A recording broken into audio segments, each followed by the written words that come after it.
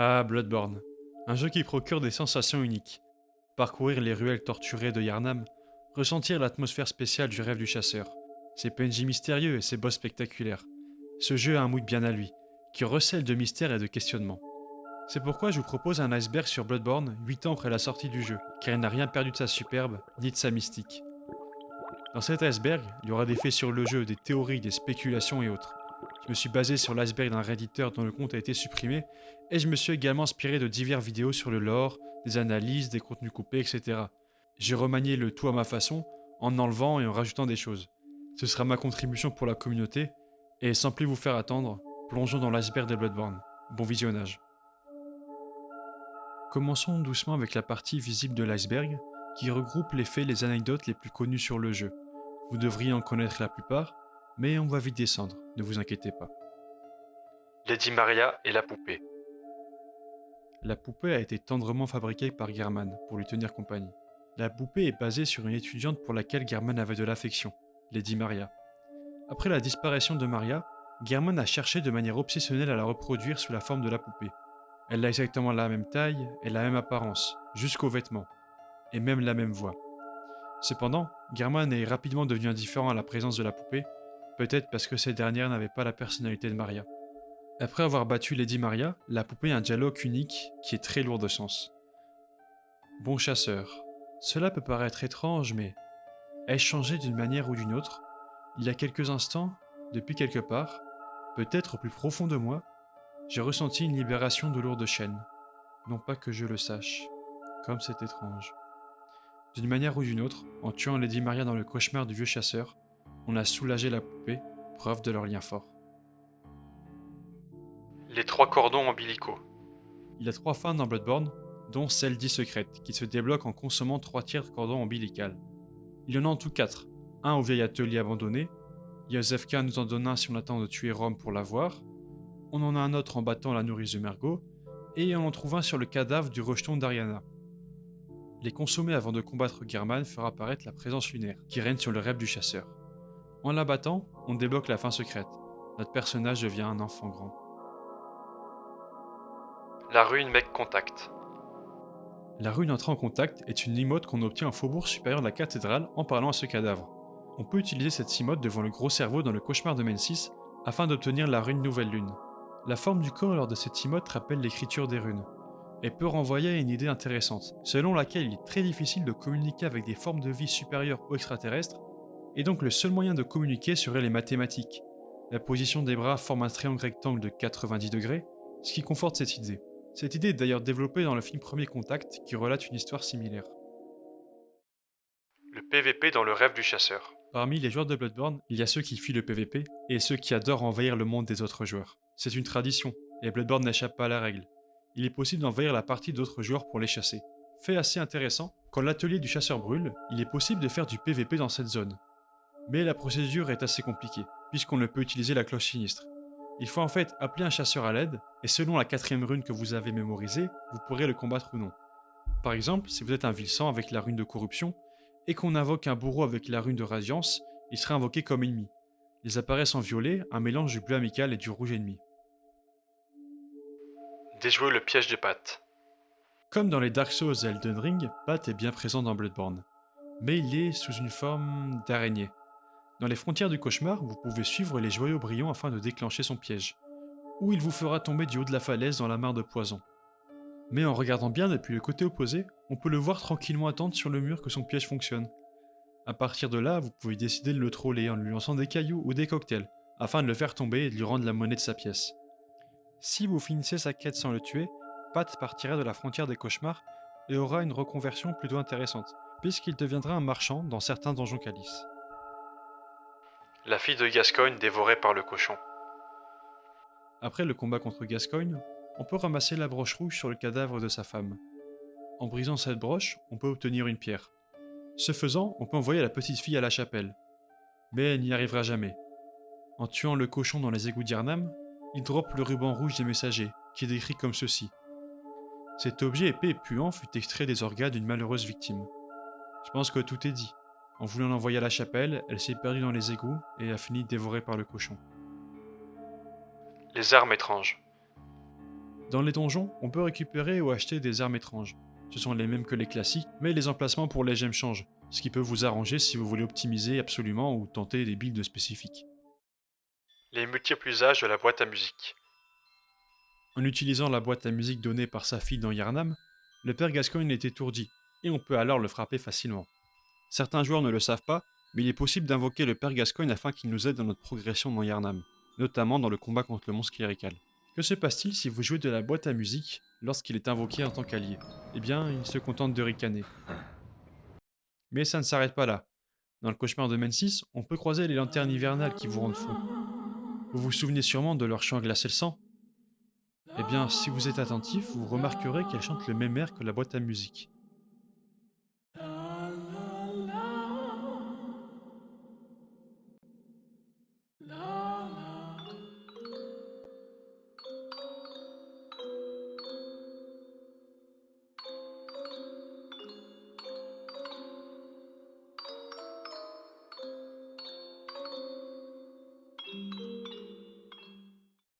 Est-ce qu'il y a un lien ou est-ce que c'est une réutilisation d'un asset pour gagner du temps? Je ne sais pas.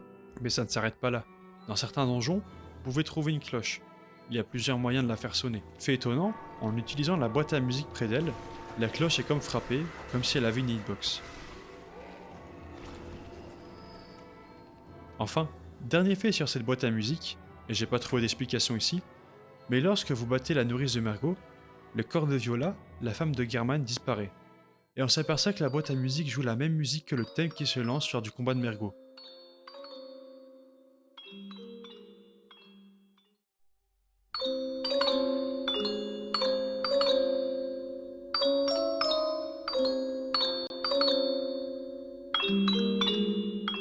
Si on spam la boîte à musique durant le boss fight, la nourrice peut se mettre à se déplacer de côté indéfiniment et à ne plus attaquer. Assez étrange. La porte non utilisée. Dans l'arène du monstre clérical, vous avez déjà dû remarquer cette porte qui ne s'ouvre pas. Dans la version alpha du jeu, elle était censée connecter le grand pont à la cathédrale. Finalement, ça n'a pas été retenu, on ne sait pas trop pourquoi. Un peu frustrant. Yosefka est un imposteur. Lorsqu'on apparaît à la clinique de Yosefka, on peut lui parler à travers la porte. Elle apparaît douce et se soucie de nous. À un moment de l'aventure, sa voix change, son ton devient cru et cynique. Elle nous demande alors d'apporter les survivants qu'on croise à la clinique. Out on the hunt. Oh, well, hello. Then I'm very sorry, but I cannot open this door. If you find any survivors, tell them to seek Yosefka's clinic. The patients here in my clinic must not be exposed to infection. Upon my Hippocratic oath, if they are yet human, I will look after them. Perhaps even cure them. I know that you hunt for us, for our town, but I'm sorry. This sickness. Plus tard, en entrant dans la clinique par derrière, l'imposture nous enjoint de sortir, et un conflit éclate. En fouillant, on découvre qu'elle a transformé les survivants en émissaires célestes bleus à travers des expériences avec le sang ancien. Tous les réfugiés conduits à la clinique ont donc connu une mort atroce. Et en y entrant par les bois interdits, on peut tuer un émissaire céleste bleu, qui nous drop cette fois une fiole de sang de Yosefka, preuve que l'impostrice s'est bien débarrassée d'elle en la transformant également.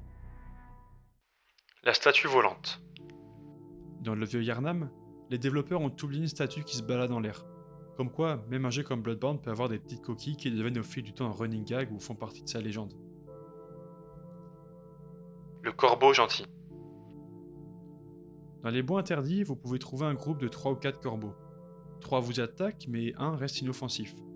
Il y a souvent des messages autour qui vous préviennent et vous disent de l'épargner. Éliminez les autres corbeaux et observez ce corbeau inoffensif qui restera là à vous regarder. Et en parlant des corbeaux, un autre fait intéressant. Les corbeaux lootent des galets. Lorsqu'on regarde bien ces galets, c'est évident qu'ils ressemblent à des yeux. Et les corbeaux mangent des yeux. Ce qui explique pourquoi ils lootent ces galets. C'est assez fou la quantité de détails dans ce jeu. Les yeux de la poupée. On s'est vite rendu compte qu'il est possible d'apercevoir les yeux de la poupée en se plaçant avec le bon angle de caméra. Dans Bloodborne, avoir des yeux à l'intérieur de la tête signifie avoir de la lucidité et une compréhension du monde très accrue. Certains pensent donc que la poupée en cache plus qu'au premier abord. Il faut ajouter à cela un détail troublant. Lorsqu'on combat des êtres supérieurs dans le jeu, ils ont en général le sang blanc. Et la poupée n'échappe pas à cette règle, bien que pour moi cela est simplement de la cire. On peut à présent attaquer la deuxième partie de l'iceberg et commencer à s'enfoncer doucement sous la surface, pour découvrir des faits plus méconnus sur ce jeu. Et j'en suis sûr, vous apprendre des choses au fur et à mesure que l'on descend dans les profondeurs. Les secrets de la lucidité. La lucidité a un rôle très important dans le jeu, que ce soit par ses mécaniques ou son implication dans le lore. Elle peut avoir plusieurs effets selon les stats qu'on atteint. Lorsqu'on atteint 15 de lucidité, certains ennemis débloquent des attaques ésotériques ou des buffs. Les médecins de l'église en sont le meilleur exemple. Ils ont dorénavant des yeux sur leur lanterne et lancent une attaque explosive. Celui avec la faux a un buff, et ceux avec la croix ont une espèce de feu sombre qui parcourt leurs armes. Mais elle a aussi d'autres secrets. Lorsqu'on atteint 40 de lucidité, on peut voir les amygdalas posés un peu partout dans Yharnam. Et le fait de s'être baladé ici sans savoir être observé par des êtres cosmiques malfaisants a quelque chose d'assez terrifiant. Si on atteint 50 de lucidité, il se passera plusieurs choses. Premièrement, vous entendrez les cris du bébé n'importe où, alors qu'on ne peut l'entendre que dans certaines zones après avoir battu Rome. Deuxièmement, le thème du rêve du chasseur va légèrement changer. Écoutez la différence.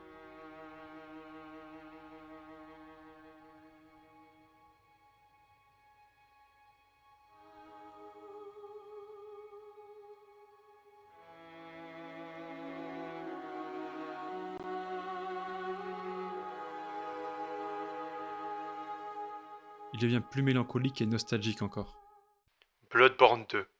Tous les ans depuis la sortie du DLC The Old Hunter, il y a des rumeurs sur un Bloodborne 2. Et tous les ans, on n'a pas de Bloodborne 2. Par exemple, en 2022, il y a eu ce tweet de Shushai Yoshida où il disait avoir joué un excellent Souls-like pas encore sorti, de quoi faire repartir les rumeurs de plus belle. D'autres rumeurs voient le jour ici et là assez fréquemment, mais pour l'instant Bloodborne 2 ressemble bel et bien à une légende urbaine. Les cauchemars sont castrés les uns dans les autres. Celui-ci peut être assez troublant pour les personnes qui ne l'ont jamais remarqué. Dans Bloodborne, il est parfois difficile de concevoir la géographie des lieux, surtout quand elles se confondent. Par exemple, dans la frontière du cauchemar, on peut apercevoir les mâts et les bateaux du village des pêcheurs. De ce village, on peut également apercevoir ce qu'il semble être Yharnam. Mais le meilleur exemple reste le coquillage qui nous tombe dessus du ciel dans le Yharnam du passé. Plus tard, on se rend compte qu'il vient directement du village des pêcheurs. S'il a pu tomber ici, c'est forcément que les cauchemars sont interconnectés. En observant bien notre environnement, on peut remarquer que certaines zones sont plus emboîtées qu'on ne le penserait. Par exemple, dans la frontière du cauchemar, on peut apercevoir le grand bâtiment du cauchemar de Mensis. Depuis Charnel Line, on peut apercevoir le château de Kenhurst. Ça a du sens, étant donné qu'on prend le carrosse depuis Charnel Line pour s'y rendre. Mais le fait de le rendre visible aux observateurs curieux renforce le sentiment d'évoluer dans un vrai monde. Allez, un petit dernier. Depuis les bois interdits, on peut également apercevoir la silhouette de Byrgonwer se dessiner au loin. Le rituel de Mensis. Le rituel perpétré par Mensis est une des causes principales de toutes les horreurs qui vont nous tomber dessus dans Bloodborne. Mais en quoi consiste ce rituel? Micolash avait pour but de transcender l'humanité et de devenir un grand. Pour cela, il a utilisé un cordon ombilical pour communiquer avec Margot, mais le rituel va sombrer dans l'horreur la plus totale. Ce que Micolash et ses disciples ont entrevu les ont plongés dans une folie profonde dont ils ne se remettront jamais. On peut encore voir les traces de ce rituel dans Yargul, avec tous ses corps pétrifiés, comme si le temps avait été figé. Fair Maiden. Alors celui-ci est assez rapide, mais on peut apercevoir un livre et sa couverture dans la bibliothèque de German. How to Pick Up Fair Maidens. Ce qu'on peut traduire par comment draguer des jeunes filles. Sûrement une blague des développeurs ou pour appuyer la solitude du vieil homme. Le fait qu'il en plus une poupée rend tout cela de très mauvais goût. Les murs illusoires. Et oui, il y a bien des murs illusoires dans Bloodborne, comme chez ses frères Dark Souls. Il n'y en a pas dans l'aventure principale, mais certains donjons en possèdent. C'est une mécanique qu'on pensait d'abord inexistante dans le jeu. Pour dissiper l'illusion, rien de plus facile, il faut la frapper avec une attaque. Vous pouvez rencontrer au hasard des murs illusoires dans les donjons du Calice Racine. Et le seul donjon de Calice prédéfini doté de murs illusoires est celui associé au Calice inférieur de Pthumeru, qui en possède un dans chaque couche. Flora of the Moon. Il peut arriver que la poupée ait un dialogue assez rare. Les conditions pour l'obtenir ne sont pas vraiment claires. La poupée dit en substance: Ô Flora de la lune du rêve, ô petit, ô volonté passagère des anciens, que le chasseur soit en sécurité, qu'il trouve du réconfort, et que ce rêve de son ravisseur présage un réveil agréable. Soyez un jour un souvenir affectueux et lointain. Les secrets des habitants de la chapelle d'Odon. Parmi toutes les personnes qu'on peut recueillir à la chapelle, on compte Ariana, la religieuse Adela, la vieille dame et l'homme grincheux. Si on accepte le don de sang d'Ariana, on peut observer qu'Adela nous espionne et semble furieuse qu'on accepte ce sang. C'est une religieuse, et Ariana une prostituée. Elle considère sûrement son sang comme impur. Si vous consommez 3 fois les fioles d'Ariana, Adela ira jusqu'à assassiner Ariana par jalousie. Quant à la vieille dame, elle nous donne des élixirs qui soignent la folie. C'est un comble, car au bout d'un moment, elle commence à perdre la boule et à nous prendre pour son fils. La deuxième fois qu'elle sortira pour chercher des élixirs, elle ne reviendra pas. Et vous pourrez même trouver son cadavre dehors, et pourquoi pas le piller pour obtenir un élixir de plus. Mais vous pouvez aussi faire un choix qui condamnera tous les PNJ, car lors de votre aventure, vous pouvez rencontrer le PNJ mendiant. Vous le trouvez affairé à manger ce qu'il semble être un cadavre d'enfant, et si vous avez la bonne idée de le ramener à la chapelle, il éliminera un par un tous les habitants, vous donnant des granulés de sang de monstre à chaque nouvelle victime. Si vous l'attaquez, préparez-vous à un combat acharné. Il se transforme en bête et devient un ennemi redoutable. Brûler les parasites. Vous pouvez trouver les bêtes argentées dans le cauchemar de Mensis. Elles ressemblent à de simples loups-garous, mais de près elles montrent des corps déformés et élancés, qui sont à peine recouverts par une couche de fourrure argentée hirsute. Et elles ont une cage thoracique qui pousse à l'extérieur du corps, une poitrine et une peau ridée rouge sang. Faites attention, leur silhouette squelettique cache une incroyable résistance physique et un ensemble de capacités inquiétantes. Elles peuvent marcher sur leurs pattes arrière et utiliser leur torche comme un gourdin ou un lance-flamme. Lorsqu'elles sont blessées, elles changent de stratégie. Elles rampent rapidement à quatre pattes, tranchant leur ennemi avec des griffes extrêmement longues. Ariana vient de Kenhurst. Pour rester dans le thème, Ariana semble aussi venir de Kenhurst. Elle porte la robe noble, du même genre que celle portée par la noblesse de Kenhurst.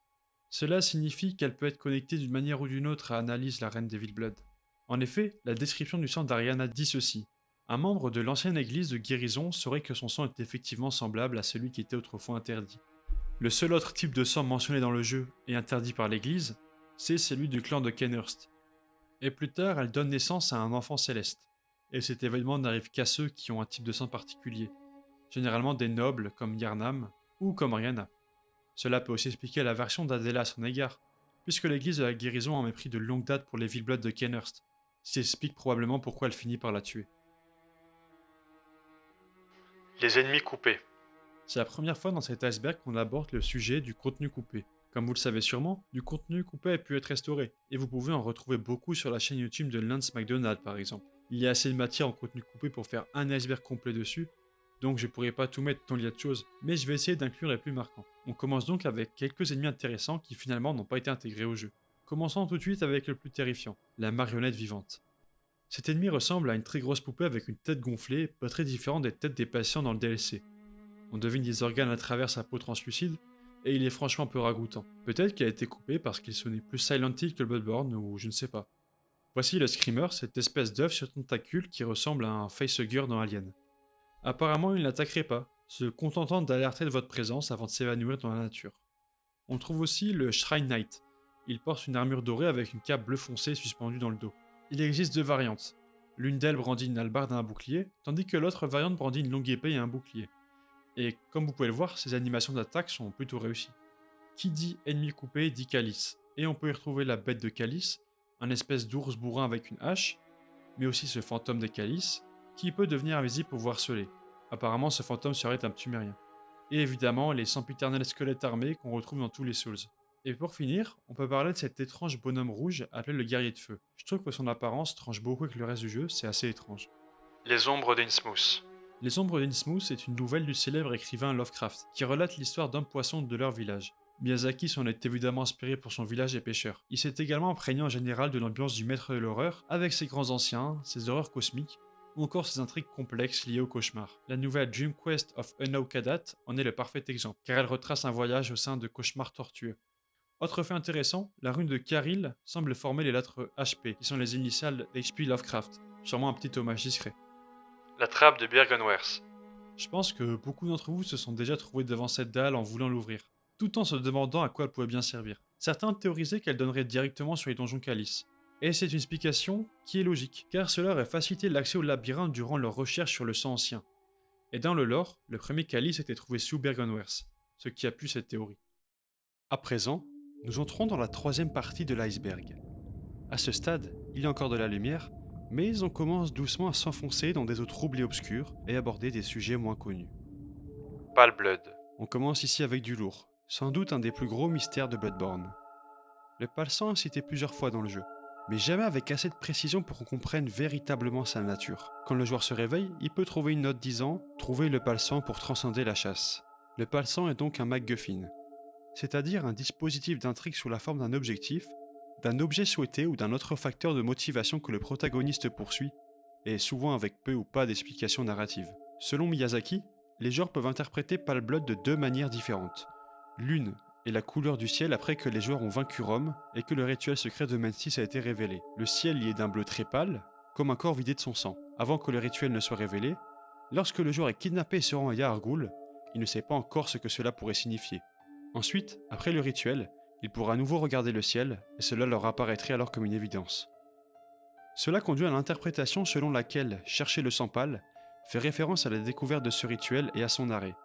De plus, le sang qui sort de Rome lorsque vous le frappez la tête est de couleur pâle également. Pour Miyazaki, la deuxième interprétation signifie simplement la présence lunaire, et le sang pâle serait simplement un de ses surnoms. Le rugissement de monstres arrête les projectiles. Cette entrée est assez rapide, mais le rugissement de monstres arrête les projectiles et pas seulement les balles. Ça marche également avec les attaques élémentaires des ennemis comme les boules de feu, etc. Et ça peut aussi servir à faire tomber des ennemis proches, à la manière d'un champ de force dans Dark Souls. Les boss en mob. Dans certains donjons, il arrive que certains boss apparaissent subitement et deviennent des mobs de base, comme le gardien ptumérien. Apparemment c'est assez rare et complètement aléatoire, mais ça peut arriver. Le squelette survivant dans l'arène du boss Ludwig. Après le combat contre Ludwig dans le DLC The Old Hunter, un des petits êtres présents dans l'arène est toujours vivant, si Ludwig ne l'a pas frappé. Et c'est assez rare vu la façon dont il adore tout dévaster avec ses attaques. Quand on s'approche de ce petit squelette, il rigole. D'ailleurs, avant l'arène de Ludwig, il y a un petit squelette accroché à la grille, et il vous donne 5 fioles à chaque passage. C'est assez pratique pour farmer ou pour préparer un boss. La viscérale sur les cochons. En frappant les cochons d'un coup chargé, il est possible de les faire s'écrouler et de leur infliger une attaque viscérale. Mais la façon dont elle s'effectue est un peu particulière, puisque le chasseur enfonce directement la main dans son derrière, ce qui est devenu un running gag et un mème dans la communauté. Project Beast. Il est possible de trouver un vieux gameplay de Bloodborne où le jeu est encore en développement. Ça ressemble beaucoup plus à Dark Souls, le personnage semble plus lourd et le traitement des couleurs rappelle un univers médiéval. Il y a des textures qui changent, des animations qu'on n'a jamais vues, mais globalement pas d'énormes changements. Project Beast est simplement le nom du projet Bloodborne lors de son développement. La résurrection de la fille escargot. Ce point a déjà été évoqué, mais lorsqu'on se balade dans le DLC, un ennemi escargot nous tombe dessus tout droit venu du village des pêcheurs. Eh bien il est possible de le faire ressusciter en utilisant le sifflet des Manaras dessus. Elle ressuscite mais ne vous attaque pas et semble inoffensif. Et aucune idée de l'explication du pourquoi du comment. Tombe Protector Sub. Tomb Protector Sub est un subreddit spécialisé dans l'exploration des donjons Calice. Et la communauté a pu trouver des choses drôlement intéressantes, comme cet ennemi extrêmement rare qu'on peut rencontrer dans un donjon. Il ressemble à une espèce de créature taupe avec des tentacules. Il est si rare que les joueurs ont mis des messages du style « Ne faites pas de mal à la bête » ou « Prenez audience avec le secret ». Et les joueurs se déplacent pour voir ces raretés comme s'il s'agissait d'un zoo et c'est assez marrant. Ils ont également pu trouver des boss qu'on n'avait jamais vus, mais ce sera évoqué plus tard dans l'iceberg. Donjon Écho Infini. Et oui, dans Bloodborne, il existe un donjon qui permet un farm infini, donnant presque 85 000 échos du sang à chaque essai. Il faut juste rentrer les glyphes suivants, entrer dans la première salle. Aussitôt, un ennemi va mourir dans une salle plus loin, et à vous les 80 000 échos du sang. Je vous conseille de l'utiliser quand vous avez déjà poncé le jeu et que vous voulez faire un build spécifique assez vite, car si on l'utilise trop tôt, ça peut complètement casser le jeu. La seule arme avec 2 animations R2. Apparemment, l'épée rocher serait la seule arme du jeu à avoir des animations R2 chargées différentes. Il y a la charge normale, et pour faire la deuxième, il faut faire une attaque normale et faire une attaque chargée immédiatement après. La différence est infime, mais l'information est là. La rune du village des pêcheurs. Au village des pêcheurs, il y a un corps représentant la rune des chasseurs. En effet, la position de ses membres y fait vraiment penser. Peut-être que cela nous montre une signification des runes auxquelles nous n'avions pas pensé jusqu'ici. Il y a aussi la rune d'impureté, qui peut faire penser à un patient se faisant prélever du sang. La saignée étant quelque chose de commun à l'époque, ça fait sens avec cette idée d'éliminer l'impureté. Qui a écrit la note sur le palsang? Nous avons déjà abordé cette note plus tôt, mais qui l'a rédigée? Qui l'a écrite? Est-ce Joseph K ou le ministre du sang qui nous transfuse au début? Eh bien, en fait, il semblerait que ce soit nous-mêmes. Dans la version japonaise du jeu, il n'y a apparemment pas de doute sur le fait que la note soit rédigée par le joueur. Peut-être l'a-t-il écrite car il est malade et ne souhaite pas oublier son objectif. Les statues de Kenhurst. Les statues de Kenhurst sont un mystère pour beaucoup de gens. Certaines d'entre elles ressemblent à s'y méprendre à des statues grecques. Pourquoi sont-elles ici? Peut-être que les nobles étaient si imbus d'eux-mêmes qu'ils ont mis partout des statues à leur propre effigie. Il y a aussi le cas des cavaliers dans la salle du trône gardée par Logarius. des joueurs ont remarqué qu'il leur manque la jambe droite. Et ce qui est assez fou, c'est que le fait que cette jambe soit absente correspond à la description du vieux pantalon de chasseur. Une croyance largement répandue à l'époque était que du sang de bête remontait jusqu'à la jambe droite, ce qui a conduit à la ceinture à double enroulement. Peut-être que ces statues sont représentées symboliquement sans la jambe droite, afin d'éviter la contamination, ou peut-être est-ce simplement une coïncidence. La traduction difficile. Il y a quelques coquilles niveau traduction entre le japonais et l'anglais dans le jeu, et ça peut prêter à confusion. Il y en a sûrement pas mal, mais la plus connue reste celle liée à la Bloodletting Beast. En japonais, ce boss est appelé l'hôte du sang de bête, et ça peut être donc à l'origine d'une grosse confusion. Et il pourrait donc être à l'origine du sang de la bête. Bloodborne sur PS1. En 2022, la développeuse Lilith Walter a sorti un incroyable demake de Bloodborne sur PC. Un demake est tout simplement une pratique consistant à dégrader volontairement un jeu afin de lui coller un style plus rétro. Il est gratuit et disponible sur PC, et c'est vraiment très réussi je trouve. Il a l'air encore plus flippant. Nous pénétrons dans la partie 4 de l'iceberg, et nous sommes presque au fond de l'iceberg. La lumière décline, on ne voit plus grand chose. Les sujets qu'on va aborder ici sont pour la plupart inconnus des joueurs de Bloodborne, alors accrochez-vous car on continue à descendre. Le savoir est une limace. Si on regarde attentivement le crâne du savoir des démons, on aperçoit que la traînée blanche symbolisant la connaissance est en fait une limace. Et c'est la même chose sur les alternatives XL de cet objet, où on peut voir beaucoup de limaces s'en échapper. C'est un fait intéressant, car les grands ont souvent ce genre de forme, et la symbolique est franchement bien trouvée. Les BD Bloodborne. Pour ceux qui voudraient prolonger le lore de Bloodborne, il existe des BD retraçant des aventures originales par rapport au jeu de base. Ces BD sont écrites par Ales Scott et dessinées par Kowalski Piotr. Perso, je trouve les dessins vraiment sympas, mais l'histoire m'a pas convaincu. L'atmosphère si particulière du jeu peut être très difficile à retranscrire en BD. En parlant de produits dérivés, il y a aussi le jeu de plateau Bloodborne qui est assez populaire. Je sais pas trop ce que ça vaut, mais il existe et il est plutôt joli avec ses cartes et ses figurines. Le teasing de Sekiro. Lorsque vous déambulez dans les cellules souterraines du DLC, une voix a normalement dû attirer votre attention. Ce n'est autre que Yamamura, le vagabond, un chasseur coincé dans le cauchemar. C'était un guerrier d'un pays lointain de l'Est et qui poursuivait une bête pour une vengeance honorable. Une fois la bête tuée, il est devenu membre de la Ligue et a reçu son chapeau. En japonais, Yamamura signifie village des montagnes. Et c'est précisément le genre d'endroit où se passe Sekiro. Cela, ajouté au style japonisant de Yamamura, a suffi à convaincre un certain nombre de joueurs que ce personnage était là pour annoncer Sekiro, ou comme une sorte de clin d'œil précurseur. La poupée prise sur votre tombe. Toutes les tombes présentes dans le rêve du chasseur représentent des tombes de chasseurs passés par le rêve et qui ont été libérés. Lorsqu'on choisit la fin où Garnam nous ôte la vie et nous libère du cauchemar, on voit la poupée se recueillir sur notre tombe dans le rêve du chasseur. Si vous effectuez une new game, on peut parfois l'apercevoir se recueillir devant cette même tombe, rendant hommage à notre ancienne partie. Ça signifie également que le cycle ne s'est pas fini avec nous et que le rêve du chasseur perdure. Les calices de développeurs. Il y a certains calices qui ne sont pas accessibles en temps normal, mais avec les bons glyphes on peut y accéder. Apparemment, il sera accessible que sur les versions Game of the Year du jeu.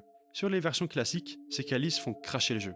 Des choses qu'on ne trouve pas dans le jeu de base peuvent être trouvées, comme des chaises bizarres, des effets de lumière inutilisés, des variantes d'ennemis de base. Par exemple cet archer enflammé, cette porte, ces lumières vertes, et une première version des Yanarmit, ou encore des pièces dépourvues de texture. Il y a une page qui répertorie tout cela, je vous le mets en description. Amygdala. Amygdala est le boss des frontières du cauchemar, mais c'est aussi le nom d'une petite région du cerveau qui régule nos actions face à la peur et le danger. En grec ancien, Amygdala signifie amande, ce qui fait penser à la forme de sa tête ou de l'objet qu'elle drop. Amygdala inspire la terreur du cauchemar quand le joueur la croise pour la première fois. Et c'est à vous d'y réagir. Son étymologie fait donc sens. Les compagnons de Jura.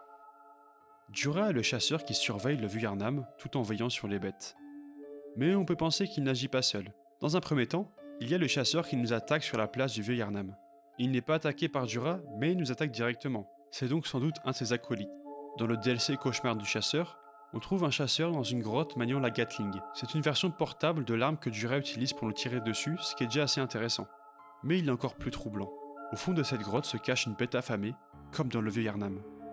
Ce chasseur se positionne en protecteur de cette bête. On peut donc penser qu'il s'agit d'un chasseur qui appartenait au même groupe que celui de Jura, dont il partageait la philosophie. Les messagers. Les joueurs laissent souvent des messages dans le jeu pour aider ou pour troller. Bloodborne propose un système de notation des messages. Et saviez-vous que si vous notez un message positivement, les messagers effectuent une petite danse? A l'inverse, si vous notez négativement, ils se mettent à pleurer.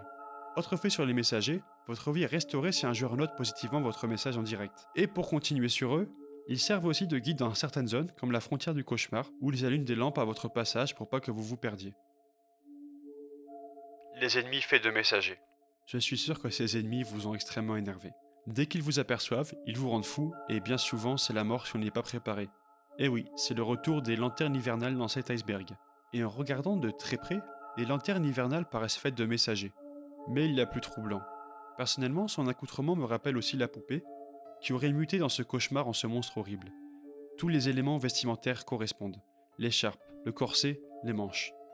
Si la poupée nous aide dans le rêve, ne serait-ce pas logique que sa version altérée nous attaque dans le cauchemar? En parlant d'ennemis composés de messagers, il y a aussi les rôdeurs du cauchemar. Ce sont des créatures qui rôdent dans le cauchemar et vous sautent dessus dès qu'elles le peuvent et vous empoisonnent. Une de leurs attaques explose leur ventre, et on y distingue clairement un groupe de messagers crachant le poison vers nous. Décidément, il semble que les messagers se retrouvent sur pas mal d'ennemis.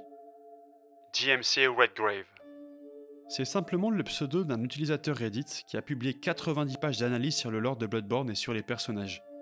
Si vous voulez creuser encore plus l'univers et que vous avez beaucoup de temps libre, allez-y. Les portraits de Kenhurst. Lors de notre déambulation à Kenhurst, difficile de ne pas remarquer tous ces portraits. Ils sont tous répertoriés dans l'artbook officiel. On y retrouve les guerriers et les gardes royales, mais on peut aussi trouver des ennemis, comme les veuves, l'enfant perdu de l'Antiquité et les ombres de Yharnam. Mais aussi la reine d'analyse et la sonneuse de cloche. En plus de cela, il y a également des portraits de personnages inconnus. La chaise à la place de la lanterne. Dans l'alpha de Bloodborne, les lanternes étaient remplacées par une chaise en bois. Le personnage s'asseyait dessus, tombait dans le sommeil avant de se réveiller dans le rêve du chasseur. Ça donne un côté rigolo, et ils ont sûrement dû l'enlever pour garder le jeu plus premier degré. En parlant de l'alpha, voici le vieil écran de chargement présent lors du pré-patch. Les temps de chargement peuvent être longs dans Bloodborne, alors on y préfère quand même l'actuel qui offre un peu plus de lecture. Des boss coupés dans le jeu final.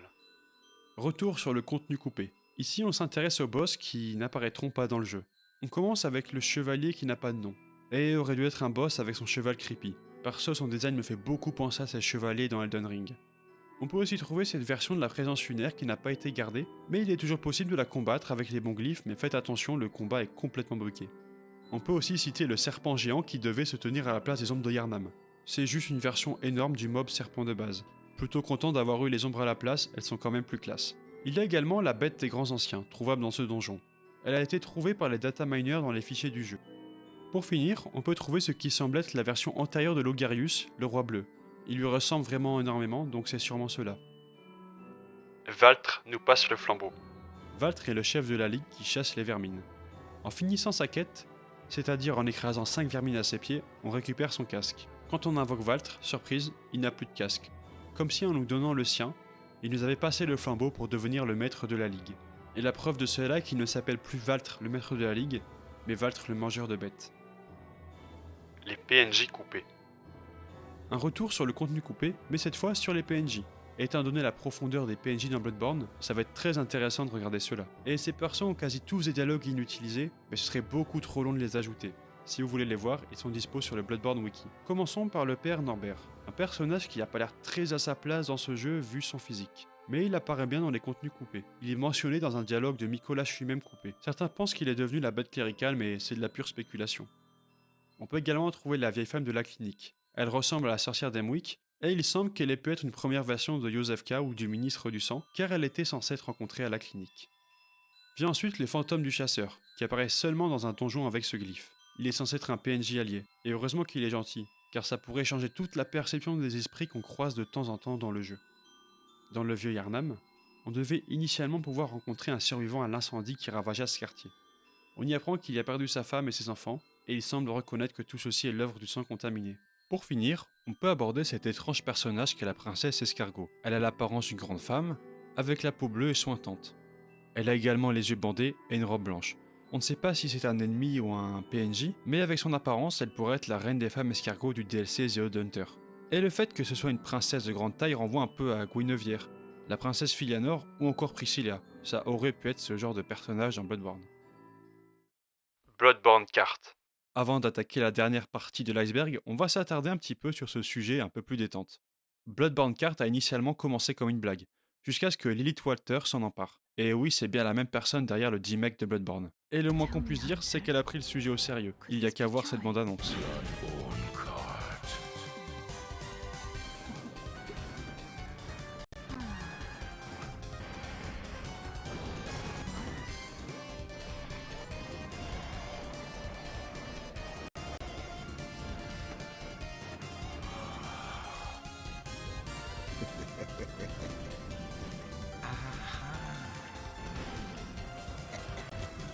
I will be merciful. Not bad at all. Don't you hear the hunt calling?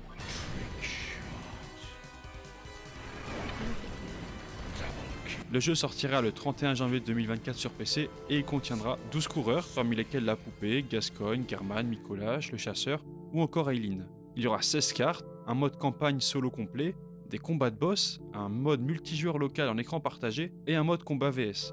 Parmi ces modes de jeu, il y en a qui sont assez intrigants, comme le combat de boss ou le mode campagne solo. Sur la chaîne YouTube de Lilith Walter, il y a des extraits de combat de boss contre Micolash par exemple, et on est sur une moto, de quoi rendre ce combat un peu plus fun. Ça promet quand même de bonnes rigolades à venir. Les blagues à part, ça a l'air encore une fois très joli, ça doit demander un taf monstrueux. Il fait à présent complètement noir, on ne distingue plus rien. On est à présent dans les abysses de l'iceberg, il n'y a plus rien en dessous. C'est la dernière partie. On va traiter ici les sujets les plus méconnus et les plus étonnants, qui pourraient même changer votre vision du jeu à jamais. Alors accrochez-vous pour la dernière descente dans les abysses de l'iceberg. Le voyageur temporel coincé dans Dark Souls 1. Dans le DLC de Dark Souls 1, on peut trouver le personnage de Marvelous Chester. Et cette théorie nous dit que c'est un voyageur temporel. En effet, certains pensent qu'il vient en fait de Bloodborne, et c'est vrai que sa tenue victorienne intrigue beaucoup. Elle ressemble à s'y méprendre à un personnage de Bloodborne. Et c'est vrai qu'il est très facile de l'imaginer déambuler dans Yharnam, sortant une arme trompeuse de sa malle en fer et trucidant des monstres. La vicière Amelia est coincée dans le cauchemar du vieux chasseur. Avant d'entrer dans le laboratoire du DLC, on affronte deux chasseuses de l'église. L'une d'elles, habillée en blanc, rappelle étrangement Amelia. Elle a des dialogues et une voix similaire. Elle a dû entrer dans ce cauchemar après qu'on l'ait tuée. À présent, elle évolue dans un endroit différent. Mais on peut remarquer qu'elle est toujours en train de prier sur ce qui semble être le crâne de Lorenz. Les exactions du village des pêcheurs. Un jour, un grand s'est échoué sur les berges du village des pêcheurs. Il s'agit de Kos. Elle transportait en son sein des parasites qui ont transformé le village, mais aussi un fœtus, l'orphelin de Kos. Sous l'influence du grand, les habitants ont commencé à se muer en homme-poisson et à vénérer ce dieu cosmique. Le village est tombé en décrépitude et les villageois survivent en utilisant les parasites comme ressources. Tous ces événements ont piqué la curiosité de certains érudits de Byrgenwerth, qui pensaient que les grands étaient liés à la mer. L'université a alors envoyé des chasseurs étudier les pêcheurs, afin de chercher les yeux, qui symbolisent la connaissance. Mais les chasseurs vont se livrer à un véritable massacre et décimer la population. D'après les trous excessifs dans le crâne représenté sur l'icône de cet objet, il semblerait que les chasseurs qui ont pénétré dans le hameau de pêcheurs ont soumis ses habitants à une trépanation extrême, jusqu'à la mort. Tout cela afin de trouver cette fameuse connaissance. Parmi les chasseurs ayant participé à cette expédition, on y trouve Lady Maria et German. On peut d'ailleurs le distinguer dans la bande-annonce du DLC, avec sa jambe de bois caractéristique. Là où ça devient très intéressant, c'est que lorsqu'on abat l'orphelin de Kos, la poupée a alors un dialogue unique, où elle explique que German dort beaucoup mieux à présent. I can hear German sleeping. On any other night, he'd be restless. But on this night, he sounds so very calm. Perhaps something has eased his suffering. C'est la preuve de sa culpabilité et de son implication dans cette affaire. En éliminant le cauchemar, nous avons aussi aidé German à se débarrasser du sien. Dernier fait intéressant, les pleurs de l'orphelin de Kos sont ceux de German, mais un peu déformés, preuve de leur lien.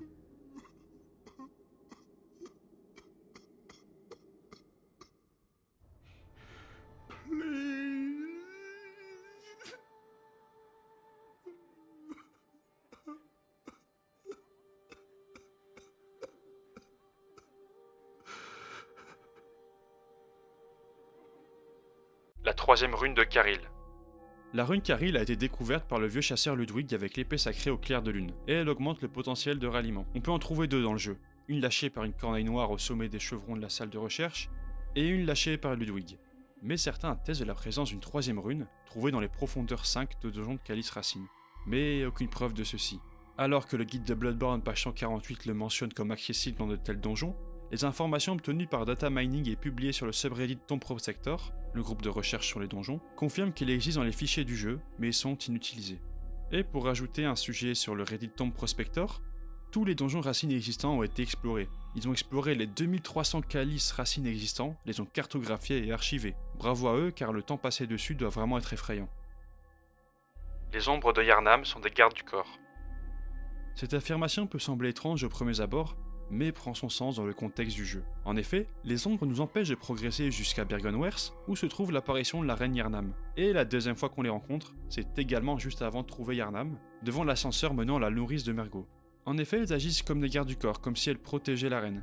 Et au-delà de ça, même leur nom est un bon indice. Ce sont des ombres. Et ce sont les ombres de Yharnam. Et je trouve cette théorie assez convaincante. Archibald et Parle. Parle sombre bête vous attend à Yargul, gardant le raccourci vers le vieux Yharnam. Au terme d'un combat électrique, vous pouvez récupérer le badge d'Archibald. Sa description nous apprend ceci. Un signe fabriqué en secret par Archibald, le tristement célèbre excentrique de l'église de guérison. Archibald était fasciné par les étincelles bleues qui émanent de la peau des bêtes noires et a consacré sa vie à leur reproduction artificielle, dans un style qui suivait de près la méthodologie de Byrgenwerth. Peut-être que son amour pour les sombres bêtes l'a poussé trop loin et qu'il a fini par succomber à celle qu'on vient d'abattre. Ou peut-être que son excentricité l'a poussé si loin dans son désir de se rapprocher des sombres bêtes qu'il a fini par en devenir une lui-même, ce qui explique qu'elle drop son badge. Les amygdalas sont des étudiants de Mensis évolués. Ceci est une théorie tentant de lier les étudiants de Mensis aux amygdalas. L'élément déterminant de cette théorie repose sur la fameuse cage des étudiants de Mensis. Sur la place de l'avant à Yargul, on peut remarquer que certaines chaises étaient vides, et le nombre de chaises vides correspond au nombre d'amygdalas inférieurs. On peut donc en conclure que la plupart des étudiants de Mensis sont morts pendant le rituel, mais que ceux qui ont réussi à survivre et qui ont reçu la sagesse de Margot ont pu se transformer en amygdala. Et la tête d'amygdala ressemble à des cages de Mensis déformées. Il était donc évident qu'ils portaient ces cages pour empêcher la transformation, et je trouve cette idée vraiment intéressante. Oedon contrôle le mendiant de la chapelle.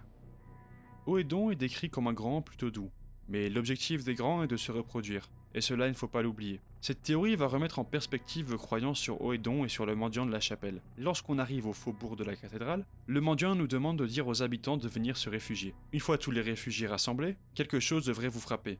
Il n'y a que des femmes, excepté l'homme grincheux.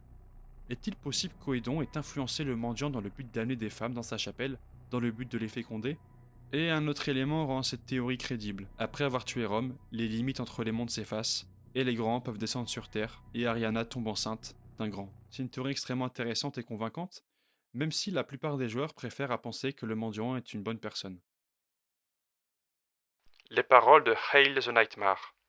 Cette musique est celle qui est jouée à Yargul quand on se fait attraper par les kidnappeurs. Elle y est pour beaucoup dans l'atmosphère vraiment terrifiante de cette zone qu'on y va pour la première fois. Et comme vous avez sûrement dû le remarquer, les paroles sont en latin, mais traduites en français, ça donne ceci. Le maudit. Tu déverses ton offrande.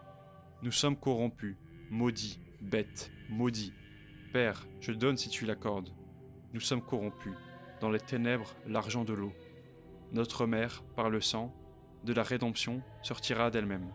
S'en ira, elle a été pleurée par les mers profondes. Adieu, adieu, nous sommes corrompus. Dans l'obscurité, l'eau, maudite soit-elle, et l'argent de l'eau, nous sommes corrompus, et l'argent de l'eau, par le sang, par le sang. Et c'est sur cette dernière entrée que s'achève la vidéo sur l'iceberg de Bloodborne. Merci beaucoup d'être resté jusqu'au bout, et j'espère vraiment que vous avez apprécié le visionnage. Je serais curieux de savoir ce que vous en avez pensé, alors dites-le moi en commentaire. C'était le premier iceberg que je fais, et je pense que j'en ferai d'autres, mais c'est un format qui demande vraiment beaucoup de taf niveau montage. Alors si ça vous a plu, n'hésitez pas à le manifester en likant, en vous abonnant et en partageant la vidéo. Et je vous dis à bientôt pour des thématiques similaires et pour un voyage dans un nouvel univers. Salut!